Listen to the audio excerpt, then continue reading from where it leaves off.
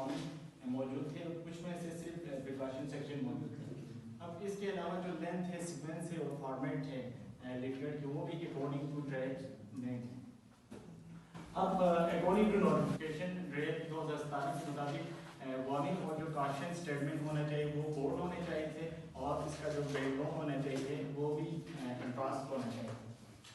اب دیکھا گیا تو صرف ایک ڈرگ تھے جس کا ایک الگ وارننگ سیکشن ڈالے تھے لیفلیٹ کے اندر، لیکن اس میں بھی کنٹراسٹ بیک گراؤنڈ موجود نہیں تھے.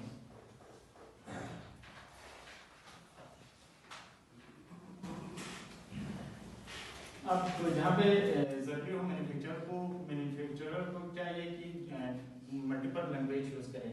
جیسے کہ پاکستانی کنٹیکسٹ میں اگر ہم بات کر لیں تو اردو کو بھی یہ سائن لینگویج یوز کرے تاکہ جو انہیبیٹنٹس آف پاکستان ہیں وہ ایزیلی انڈرسٹینڈ کر سکے کہ ڈرگ کے حوالے سے جو انفارمیشن آپ دے رہے ہیں.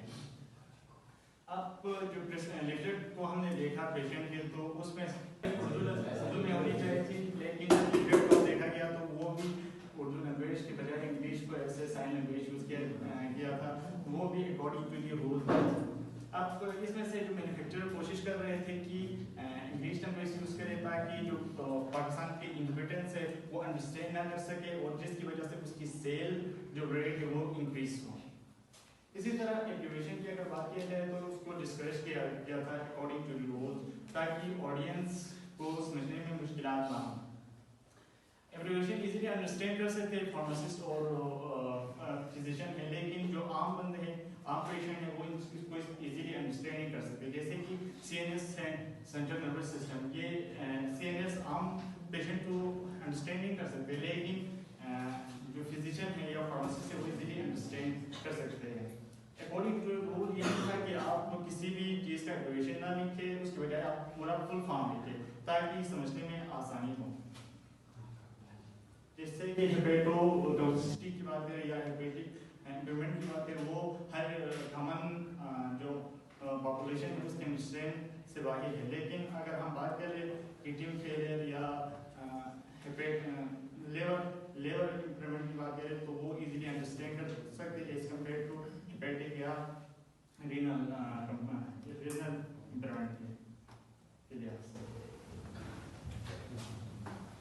اب ایمبیگوٹی ورڈ اینڈ سائن. اب ایمبیگوٹی مینس انسرٹینٹی، کسی کی چیز کے حوالے سے آپ کو تفہیم میں ڈالنا ہے، یعنی انسرٹینٹی قائم کرنا. اب مینوفیکچرر کی یہی کوشش ہوتی ہے کہ وہ ایسے ورڈز یا ایسے سینٹینس یوز کرے جس کا ایک سے زیادہ میننگز ہو، جس کو لوگ کے میننگ میں لے سکتے ہیں. جیسے کہ ورڈز کاشن ہے جس کو لیٹر میں یوز کیا گیا تھا. اب اس کو کیمبرج ڈکشنری کے مطابق دیکھا جائے تو اس کا میننگ یہ تھا کہ گریٹ کیئر اور اٹینشن. اب یہاں پہ جب فلوروکوینون کی بات ہو رہی ہے تو کاشن کا یوز کیا گیا. اب پیشنٹ کو یہ کنفیوژن میں ڈال رہے ہیں کہ کاشن بٹوین دی ڈوز ہے یا گیپ لینا ہے یا ڈیورنگ ڈوز لینا ہے. جب ڈوز انٹیک کر رہے ہو تو یہ ایمبیگوٹی قائم کر رہے ہیں یا انسرٹینٹی قائم کر رہے